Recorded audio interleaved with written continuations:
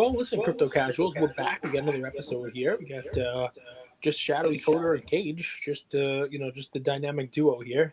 Our third leg, the tripod, the leg that doesn't go all the way down to the ground. He's spending his crypto riches in Vail skiing. Don't feel that bad for him. Obviously, he's living like the other people live. Like we can only hope to, Shadowy. So it is what it is. He doesn't have time for us. He's out there with Lloyd and Harry, and they're skiing. So it's fun. He'd be mad if I said he was skiing. He'd say I'm snowboarding. I don't ski. He would correct me. So what's fun is, what would I pay for a hoverboard? If it was a power board that was able to travel over water, like Biff Tanner's, where you could hook it up and have the other boards kind of hook up to it, I would pay a lot for that. That's interesting you mentioned that. Do you want to see what it looks like if a hoverboard travels over water? Yeah. Let me see if I can find this video. Only power boards. McFly's board doesn't travel over water; it gets stuck. What? McFly, you can't. Hoverboards don't work on water. Those boards don't work on water unless you've got power. And Biff's got power. I think it was a pit bull was his, and they get the cords up, and then of course he takes a swing at Marty, and Marty drops into the water, and boom, they go right through the clock tower, destroys the clock tower. Crazy. Is that must be in number 3 because I haven't seen. That is 2. That's number 2. I swear I've seen 2. 2. It's the one with the sports almanac. A really good one. They got I gotta brush up on those movies. Self-drying jackets and the self-lacing Nikes. Those pretty awesome futuristic Nikes. I've seen those. One just went up for auction last week, actually, signed by the cast. That's pretty cool. Yeah, pretty cool. And so, what did auction for? Oh, I don't know, a lot of money, 5 figures. Not that much in ETH, but a lot in real in fiat. I guess is what we're saying. Although now it's more in ETH than it was. So you gotta love it. So you gonna show me a hoverboard over water? No, this is a power board. Yeah, so you gotta have power. That's what I said. Look at that. Whoever took this is totally ripping it off from Back to the Future. It's not just a hoverboard. If you're going over water, you need power. Straight from Back to the Future. Now we know, guys. Crypto casuals, you heard it here.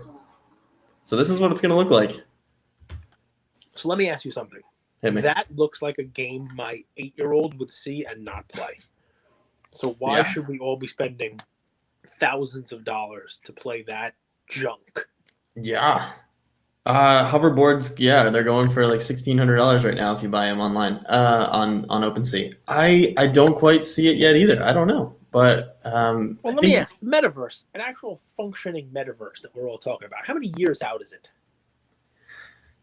There's a few that exist, and they're still super basic. How many years out are they? Well, the Metaverse that we're all building for, the Metaverse we hear in its perfect form.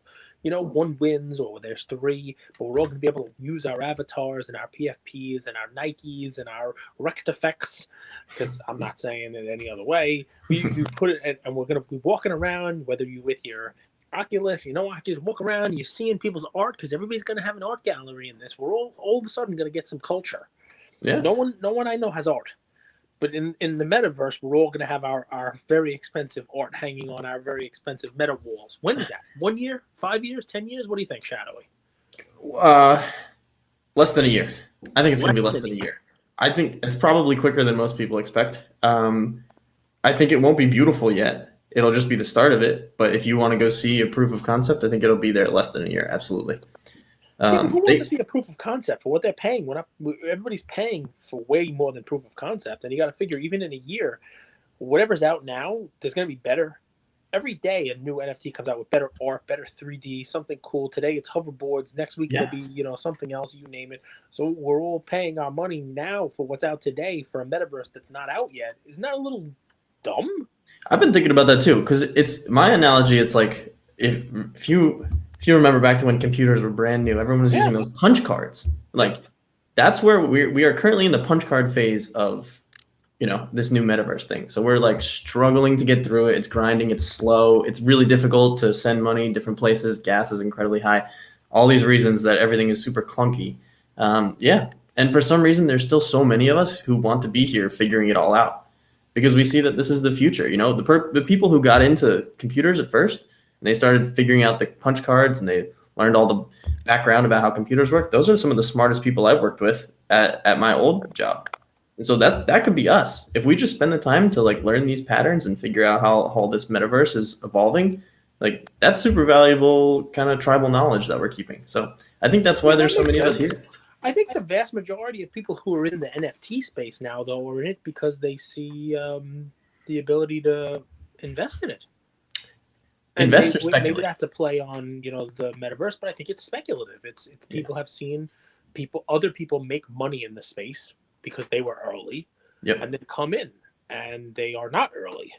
And I'm of the opinion that if we have to keep telling each other how early we are, it's because we're late. I disagree. It's that I do tell myself how early we are to keep me like engaged in the community and not running back to my old job. So I definitely use that, but I do actually believe it is true. It really is true. Remember, I'm an old man here, so you know, I mean, I don't understand half the stuff that you know that's going on in the world. You know, people are paying thousands of dollars for web apartments. Can you live in it? Like, is it a place to store your online version of you?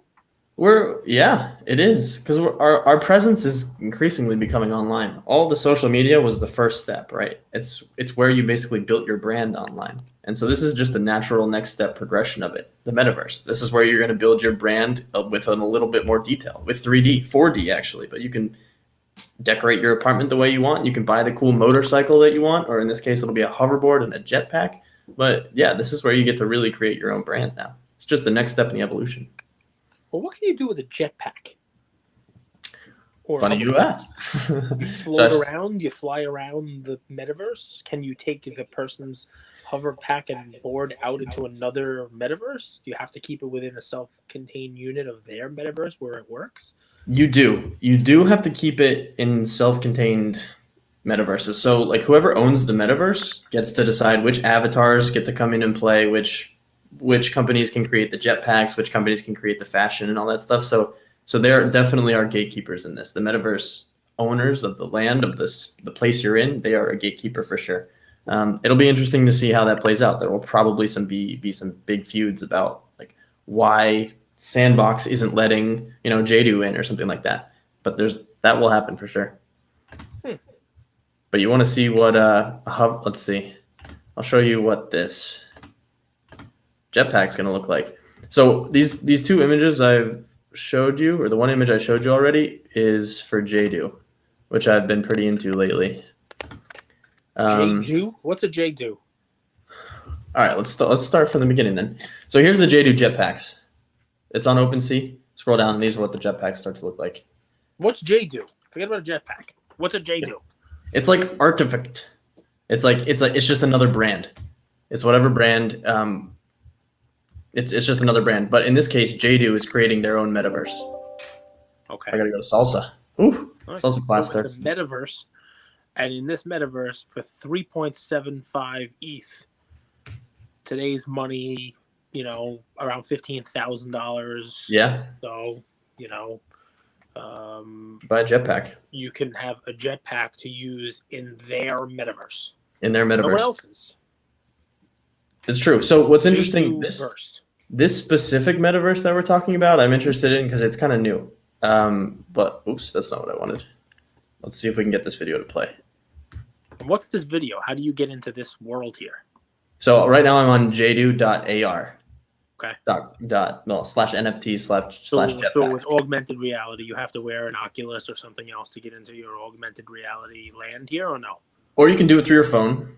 But yes, because Jdu's creating a different kind of metaverse. It's an augmented reality metaverse. They're calling it the Mirrorverse, but it's just a layer on top of the real world. And for right now, it looks kind of just like it's fun. I have the same question you have. Like, what are you gonna do with this jetpack once you stick it on your avatar? But you can see this little dot right here is their avatar flying around with these jetpacks. It's coming closer to the screen now. And that's what it is. And so that's why I asked you the question, like, how much would you pay for an NFT jetpack? Nothing. Because right now they are going for $15K. Yeah, nothing. Because to have a video, like I mean, I don't get it. That guy's just bouncing around. I mean, can't you do that for free? In the metaverse, it's gonna take, you do have to walk. You do need transportation. In the metaverse, it's not like you can just like press a button and teleport, although that would be cool. Yeah, that's why people are buying up. Jdu sells Jdu teleporters. Or invisibility cloaks. That would be cool too. But But I mean, it's funny you should say invisibility cloaks, right? Because it's great that there's a metaverse there, right? And Jdu is something that no one's ever heard of, but now they're starting from scratch and building up their metaverse with $15,000 jetpacks and hoverboards, right? So you think the coolest thing's an invisibility cloak. So we've seen brands come into the space. Pepsi dropping their NFT today, allegedly, although it was late. Budweiser, beer.eth, right? Twitter dropped their NFTs. You have Nike, Adidas. You have all these brands that come in. Those brands all have head starts with huge consumer user bases, right? So and what happens when Warner Brothers, Time Warner, whatever it is, says we are creating the Warnerverse, and in it is already built out like a Harry Potter world where you have invisibility cloaks and you have all of that IP in there, and you can do magic in their metaverse, right? And you can't do the Disneyverse, right? Because it's very different, right? It's a competitor. They'll have their own. If you want to go hang out with Mickey Mouse in their verse, you can do the Disneyverse. Like, how do we expect, after spending $15,000 on that pixelated piece of junk, that Jdu is going to be able to compete with something like that? If this is really as successful as and this is a serious question, right? And maybe it's an old man question, but if this is going to be the future, like we all think it's going to be, right? We all think it's going to be the future. How do we expect Jdu to compete with these multi-billion-dollar companies that will already have all of the IP, all of the user base, all of the fans, and the ability to kind of segue those experiences into your real world better than like a Jdu would? Like, is it really the smartest thing in the world to bet on that startup? I mean, maybe it is. Maybe Jdu will be the next Warner or Disney. Who knows? I guess that's what people are betting on. That's a lot of people in the space have said that. If you remember Tom Bilyeu's founder's key, like he wanted to be the next Disney. But you're right. He has a. What happened to that, by the way? That Tom Bilyeu thing. Yeah, it's not been doing great lately. Didn't he have to give refunds? Yeah, he's giving out refunds, but the price really isn't dropping below mint price. Well, below floor mint price. But he is giving out refunds because he wants to keep his people happy, and because he knows he's in this for the long game, and eventually, he's happy to buy the tokens back because he knows later on he'll be able to sell them for a profit. But he wants to keep his community happy. He's selling off now because basically what happened is they didn't keep the floor price up high enough for people to feel like they were actually getting returns and want to stay in the community. Basically, he's struggling with keeping the community engagement up. But okay, I understand what you're saying. Disney-wise, you made a comparison. I took you off the rails a little bit. I have a tendency to do that. So talk about Jdu and how they're going to be able to compete with already established companies. It's going to be hard for them. It's definitely going to be hard. They don't have, already the built up structure, the corporate system, the whole team that works together. They don't have the, the IP that Disney has spent years and years and years building up already. So like there's a huge, huge mountain to climb that other companies don't have too. So that is a good question, but it's not, there's a great example yesterday. Artifact just got acquired by Nike, and that sent here's one of them. Let me share this again. It sent their mint vials, clone vials. So like you can have an Artifact avatar, but yet they don't exist yet. You can just buy the clone vial and eventually you can redeem it for an avatar. Those went from 4 ETH to 14 ETH yesterday. So, all because of the news that Nike bought them. So it's not like these companies have to do it all solo. Like they're going to get bought up and partnered with, and that's going to bring huge returns for investors as well. So there's multiple ways to play it. The thought is that Jdu could be something that's bought by Disney. It could be. They could have jetpacks. Yeah. Yeah. Or it can create its own thing. Like there's always room for disruptors in this. So there's always going to be someone who thinks about it differently, does something new, right? If Disney creates their own metaverse, they're going to create a Disney metaverse. That will be cool. Some people will like that, but some people will also want a different one as well. There's room for all of these things here. There's not just one that's going to take over. So no Oasis. No one thing, no one user experience for everybody. Is that from Ready Player One. Ready Player One? Good book. I really enjoyed that one actually. Yeah, I mean, it's definitely interesting. It lets you know that what we're all talking about now, and everybody who thinks they're smart, that this is going to be it. That this is something that's been talked about for years. It's been something that people have been trying to do. Augmented reality, virtual reality. It's been around for decades. Yeah. In some form or another. The only difference now is you have apes that are worth $3 billion market cap. And people are like, wow, I got to get in the next one of those. And even what you said, it's funny, your clones, which it's funny. I was on Twitter and saw the news and saw the clone floor price about 3 and was like, I should buy one of these. The Nike news. I don't know anything about it, but obviously that news is going to make this thing go up.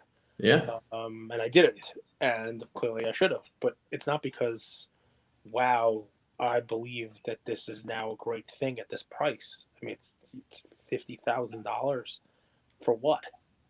For an avatar, right? I guess a Nike avatar that they're going to put stuff on. There's 20,000 of them, the clones. Mm-hmm.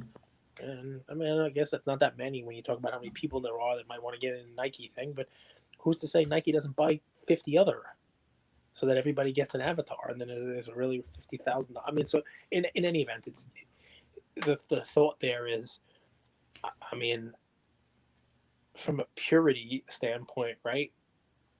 Did you want to buy Artifact for 4 because you were going to sell it for 14 the next day, or did you buy it because you think even at 14 it's great to be in there because that's the future, right? That's going to be what you want to be, one of those clones. Have you looked at them? No, you can't see them yet. I'll show you. They're just type them up. The clones are available. The clones are available. All right. I'll show you what I'm looking at. Yeah, go for it. This is what I'm looking at. All the mint files. A Clonex mint file, but go into the actual Clonex.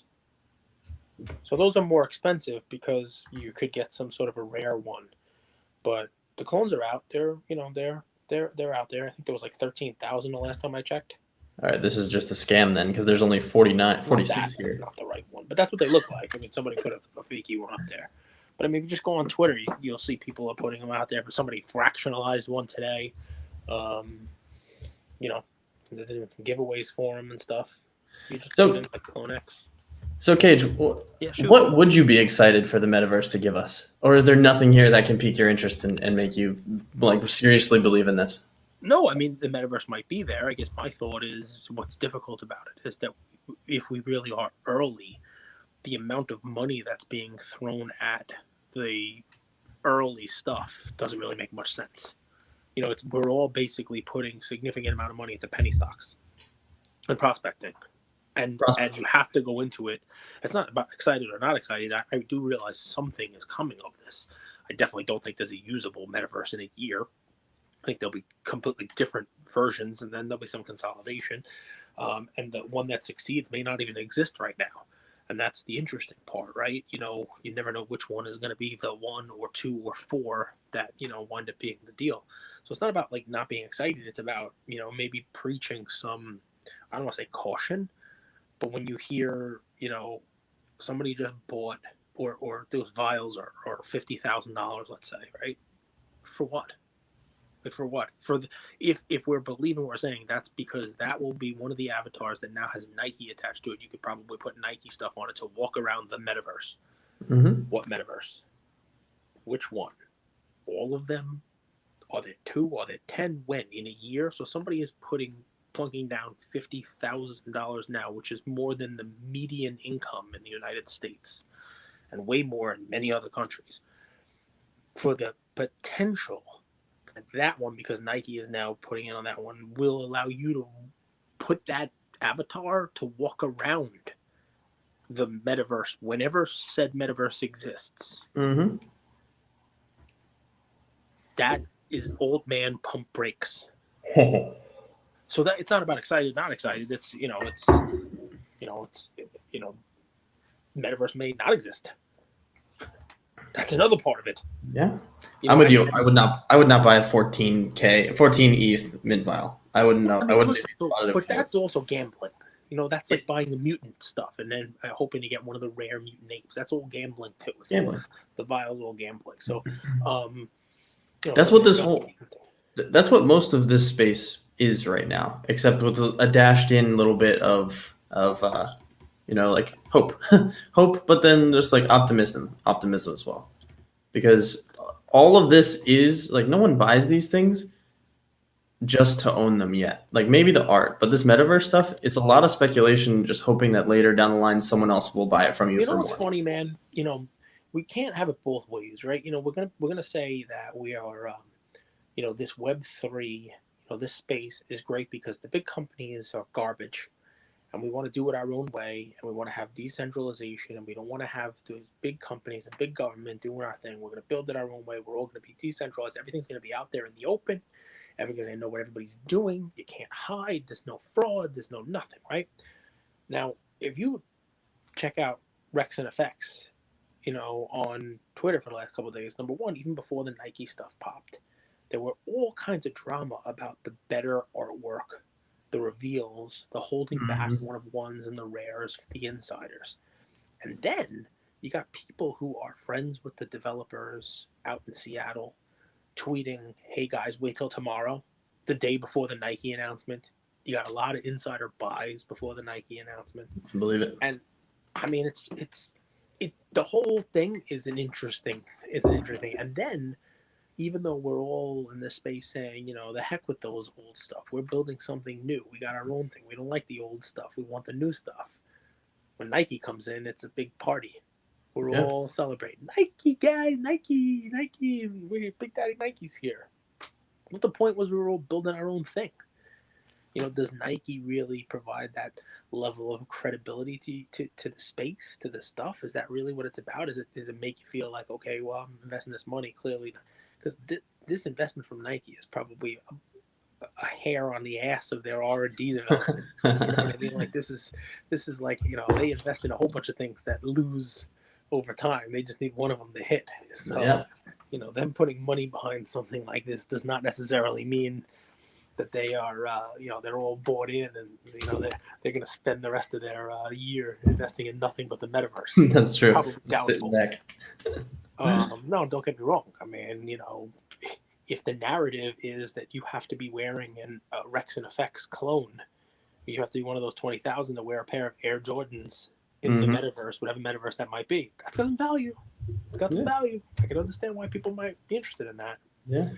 I mean, that gets me excited. Wearing Air Jordans gets me excited. We got food delivery. He left. I scared him away with my Air Jordans. We got the clapper. Clap on. We're back. He's back. No, so I mean, listen, dude. I'll tell you, it's an interesting space. It's like everything else, right? When the going's good, everybody's happy. The discords are popping off, and everybody's loving life. And when crypto is down and the floor prices are down, it's a dog-eat-dog world, man. Everybody's biting each other's heads. Nowhere near as fun. Just like everything else, you know? It literally is like everything else. So that brings me to this. Shoot. So I was just looking at the NFT trading over time. So this is a daily chart. You can see all the excitement going up. It's kind of hard to see. Biggie, right? August. We're in August right here, and then October again, September, October, and then a little pump in November was exciting. But then all of December has been pretty flat over here on the right, which is kind of interesting. So that's, you know, this is when projects start to kind of fall in on themselves. When no one's making the money they used to make, everyone starts getting, I don't know, scared or anxious or bored, and then they just keep moving their money around. So this is why I want to ask you, like, what typically happens in December and January? Is this a kind of curious time of year that changes people's behavior? You know what I mean? Like there's no real history in this stuff, right? I mean, you would say that the summertime is usually a slow period for stock market. You know, usually the market picks up after Labor Day, after a real slow, you know, period before that, because everybody's on vacation. Whereas here in the NFT world, August was huge. The whole thing popped off in August. You know, August was like the biggest month, right? Remember? Everybody was all over OpenSea. But I mean, look, you know, that chart you just looked at there, you can throw that chart up for Top Shot. You can throw that chart up for, you know, sports cards in the last year. You can throw that chart up for everything. And basically what I think you're saying is we're early. Coinbase is bringing a whole bunch of stuff in. I think we're losing a lot of people. A lot of people came in with the promise of money, riches, profits, because they saw all the profits that were being made. They saw punks, for a couple $1,000s going for $500,000. They saw Bored Apes for nothing going for, a couple $100,000. And, there was a point in time where if you got into anything in April, May, or June, and you had it in August, it was worth money. You were doing fine. You know what I mean? And I mean, this may sound blasphemous to some people, but is the art in World of Women so much better than the art in anything else that comes out? The answer is an emphatic no. It looks like a kid did it. It looks like, like anybody could code that stuff. I mean, it's great. We can hold up, Yam Karkai as the artist of that stuff and say what a great artist she is. And I'm sure some people like it. Art's in the eye of the beholder, but I never understood the love that World of Women got for its art. It's not art. I mean, I guess it is art, but it's nothing so fancy. Like, I'm sure anybody could copy it, right? Mm-hmm. It's not fancy 3D stuff, it's nothing, crazy that I see. And yet, because it came out in July, it was early, and August, everybody jumped in and was like, ooh, we got to get in the World of Women. Yep. If World of Women came out now, you know what would happen? It'd get lost in the noise. 3 days after the mint, everybody would be losing money. Because guess what? In World of Women, the day after the mint, it was below mint price too. I know because I minted 40. And what's funny about it is even that project, right? Even that one had a 4.4 at one point in time. It's 1 and change now, and that's after some crazy pants came in and swept 100 of them. You know what I mean? Yeah. So even those, let me just say this: it's been a real fun ride, and I can't wait to stay on it. Right? But I am a firm believer in what Gary Vee says, that 99% of what's out there right now is going to basically be worthless. And you're seeing it. And I have fallen victim myself, buying into these projects. And I'm like, wow, this has great art. It's got a great team. And you know what they do? And the Discord's great. And everybody's positive, but it doesn't matter. Because of the stuff you talked about. We're clunky now. There's gas. Mm-hmm. You know what I mean? Any momentum is just killed by somebody looking to get out. Mm-hmm. You know what I mean? And it's difficult. And it's difficult for anything with a floor below a certain price, because all of a sudden you're paying 2 times what the cost is, or 3 times what just to pay the gas to actually buy the thing. So what also kills it in this space is that, like, we're so impatient and it's so new that we haven't learned how to just like sit and hold and watch and wait. So and money is easy to move around. So because of those 2 things, like, we get impatient with a project and we see this one popping up and we see that one popping up. So we're moving money all over the place, and not really, I don't know, sitting long enough to invest in something and let it build momentum. It just starts crashing when attention goes somewhere else. Of things that came out early on, what investments have actually gone up over time besides a pump, besides a quick, like this one minted last week and it's done, and besides you got lucky and you were in the one that Nike just happened to buy. Let's see what that one does. That's a couple of days old. Right, besides the early stuff, besides the CryptoPunk, which, by the way, if you invested in a CryptoPunk in the last month, you're not a happy camper. No. You know what I mean? Besides the Bored Apes, besides some of those, what's gone up in value because you've held it in the last 3, 4, 5 months? The answer, I believe, is nothing. Pretty much nothing. It's all quick flips now. That's why we did the episode last week on it's timing the market, not time in the market right now. Yeah. But so is that a symptom of like December and January, or is that just because this is where we are in this fragile, kind of undeveloped world right now? Like, is this typical of what December and January would be? People selling for profit or people selling for loss in order to harvest tax gains? Well, part of it is the December harvesting for tax losses. I mean, people are literally listing things for zero. Zero, just to get out of it. And I will volunteer that if right now I have probably 100 things in my wallet that if somebody wanted to pay the gas on, you can gladly have it. Take it. And that's part of the problem. You know what I mean? It's part of the big problem. So part of a problem that people are going to have with taxes. Part of a problem that people are going to have with starting projects, maintaining projects. It's going to be what about back out to crypto? Just the coins now. Like, are you invested in any crypto? Or are you going to hold through December and January? Or are you just going to let this volatility ride itself out and see what happens on the other side? Yeah, I mean, I have, because I've been selling NFTs, I have, plenty of ETH that I've been holding that's gone down in value. Yeah. What's it at now? It's like 3,800 the last time I saw. Fair enough. Fluctuating between 37 and 3,900 today. Bitcoin's in the high 40s.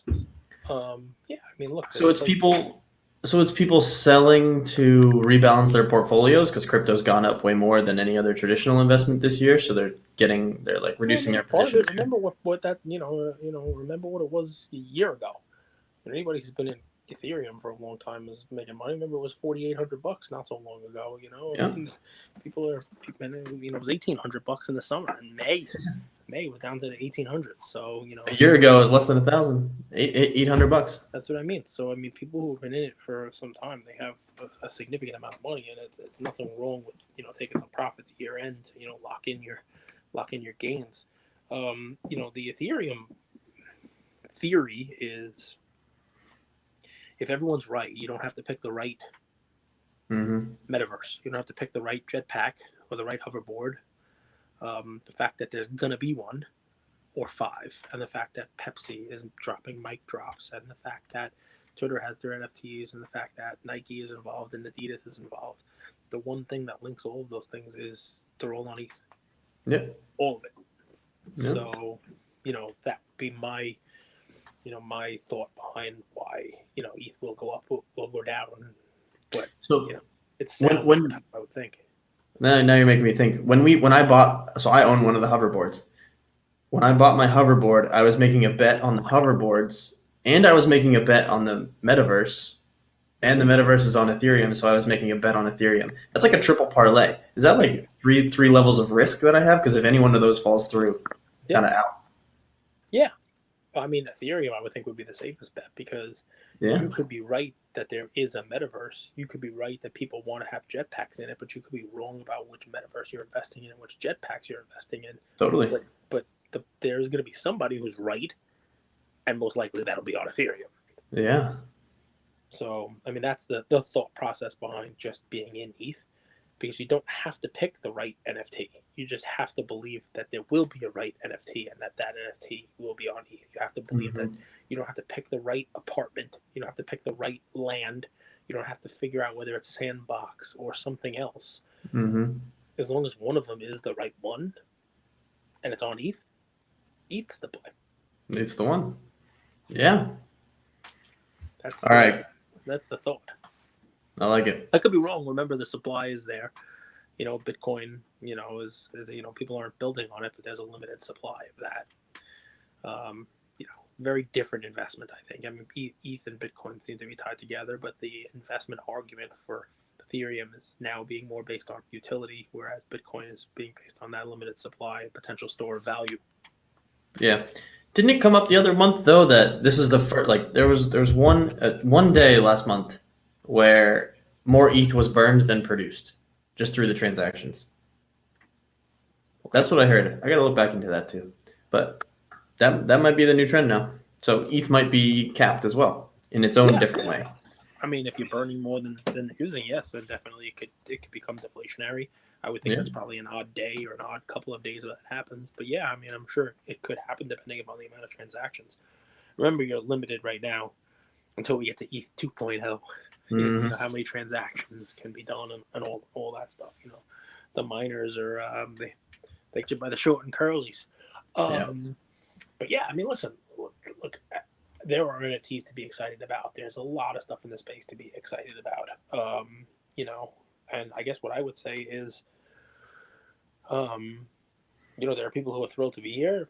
They're buying the stuff they love. It's the same thing we tell people in the card world, right? Buy what you love, and you don't have to worry about what happens. If you are buying into an art NFT, buy art you like. And then you don't have to worry if the floor goes from 0.04 to 0.08 or from 0.08 down to 0.03.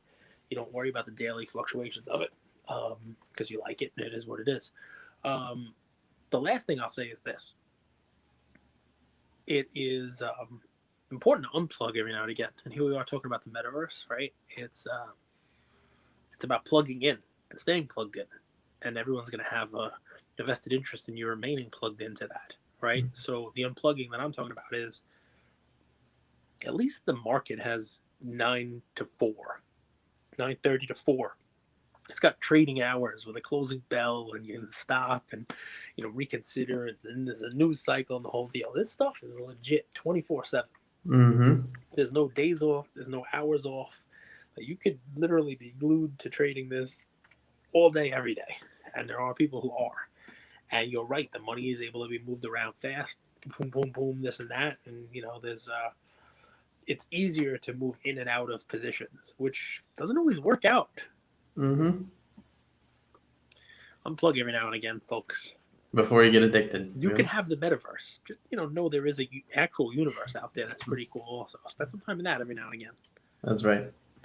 Words of wisdom, Cage. Thanks for sharing with us. Oh man, go smell the flowers. The flower girls are cool, but you can actually smell a real flower every now and again too. You don't have to do or. You can do both, right? But your flower girls will still be in your wallet. You go smell roses, outside and come back. Check your flower girl in your wallet. I mean, it's all good. You could give your wife for Valentine's Day a flower girl NFT and a bouquet of actual flowers. So you do them both, right? It's an and thing. Well, guys, this is a fun episode. Little December downer, but the market is down. But shadowy coder is here to tell you that if the NFT market is getting you down, buy a jetpack. Hoverboard, that'll cheer you up. A little hoverboard, a little jetpack, and realize, at some point in time, you're going to be able to wear that jetpack with your Nikes or your Adidas and your avatar and whatever the heck else you got going on out there in some metaverse coming to a theater near you sooner than later. Dude, I think it's going to be cool. I'm excited for it. I want to do an AR post on my Instagram of my dude with my hoverboard, like ollieing over stuff, floating on the water. I'm going to do that soon. Really? No, because the metaverse won't be ready for a year. But when it is, gotta love it. Gotta love it. All right, Shadowy. We'll talk soon.